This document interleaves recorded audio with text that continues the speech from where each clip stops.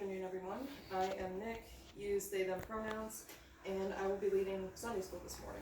And the title of my little talk here is called Why Shame, Though? Recently, I had a conversation with a relative about Christmas.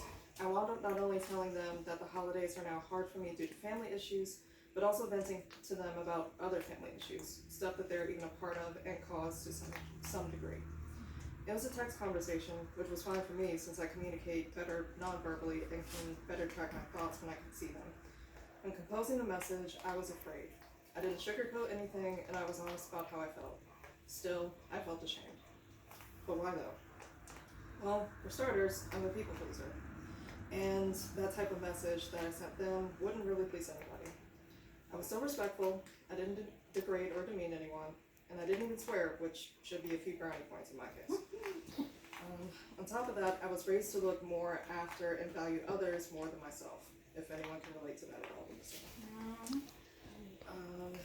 I know the Bible verse that comes from, Philippians 2:3, which, according to the Common English Version, says, "Don't be jealous or proud, but be humble and consider others more important than yourselves." However, that verse gets taken out of context and misused greatly. The context is to live like Christ and be humble and not act entitled and proud in that sense. It doesn't say disregard yourself completely or even at all. For one thing, you need to regard yourself to be able to take care of others anyway. And even if it were used in the correct context around me, why did it seem like I was the only one who had to live up to it? Woo! Get my name spelled wrong on cards from relatives. I was told it wasn't that big a deal, and that because they didn't see me that often, they couldn't look out. I say with relatives for an extended period of time, gotta live by their rules, which is fair, not arguing, and please don't mishear me on that. But when a relative stays with me for an extended period of time, I got told to give up my bed, keep doing what I was doing, even though I verbalized how I felt, and you can even see the toll that it was taking on me physically. Mm-hmm. I lost my place here. Basically, had to use my own space to give them space, which left very little room for me, literally and figuratively. But I was also told God was going to bless me for what I did, which, can happen. Not saying God can't work through that, but why did I have to suffer unreasonably for it? The Bible talks about doing what is reasonable for you. Everything that I was doing was not my reasonable service. The living situation became toxic. I'll admit I became toxic to the person who was staying with me. And our relationship took a hit and is still pretty rocky as a result.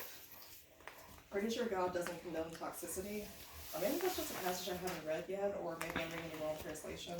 And you could probably tell me since, have 45 Bibles and stuff like that. I got way more than that. I know suffer is a pretty strong word, but it fits for both of us. We both suffer, just in different ways. So all that being said, sticking up for myself is uncomfortable and nerve-wracking, especially since I put up with a lot of stuff over the years, and I've only really been aware of how much I've put up with over the past year and some change. I still get talked to sideways, even after doing for people and making myself small so that they can have space. So why am I the one who's ashamed? I'm ashamed of asserting myself at the risk of other people's comfort. I'm ashamed of shattering their perceptions of me or certain situations. I'm ashamed of hurting their feelings. I'm ashamed of calling them out. I'm ashamed of making them aware of how I've been treated and how it's affecting me. Except I'm not. At least not completely. Yes, I do still feel fear and shame, but I'm realizing and truly starting to believe that I'm worthy of the same space and grace I give everyone else. I matter just as much as they do, not more, not less. Kind of like the Black versus All Lives Matter thing. We didn't start saying Black Lives Matter because we believed other lives didn't. It was because some people believed and still do believe that ours don't. Same thing here. My life isn't worth more than anyone else's, so I shouldn't be ashamed to speak up for myself, and neither should you. You matter. And it's okay for you to take up space and be you. Don't let anyone shame you into thinking you shouldn't. God made each of us fearfully and wonderfully, and that shouldn't mean that we should be afraid to exist. We're all here for a reason, so don't let anyone diminish that. The end.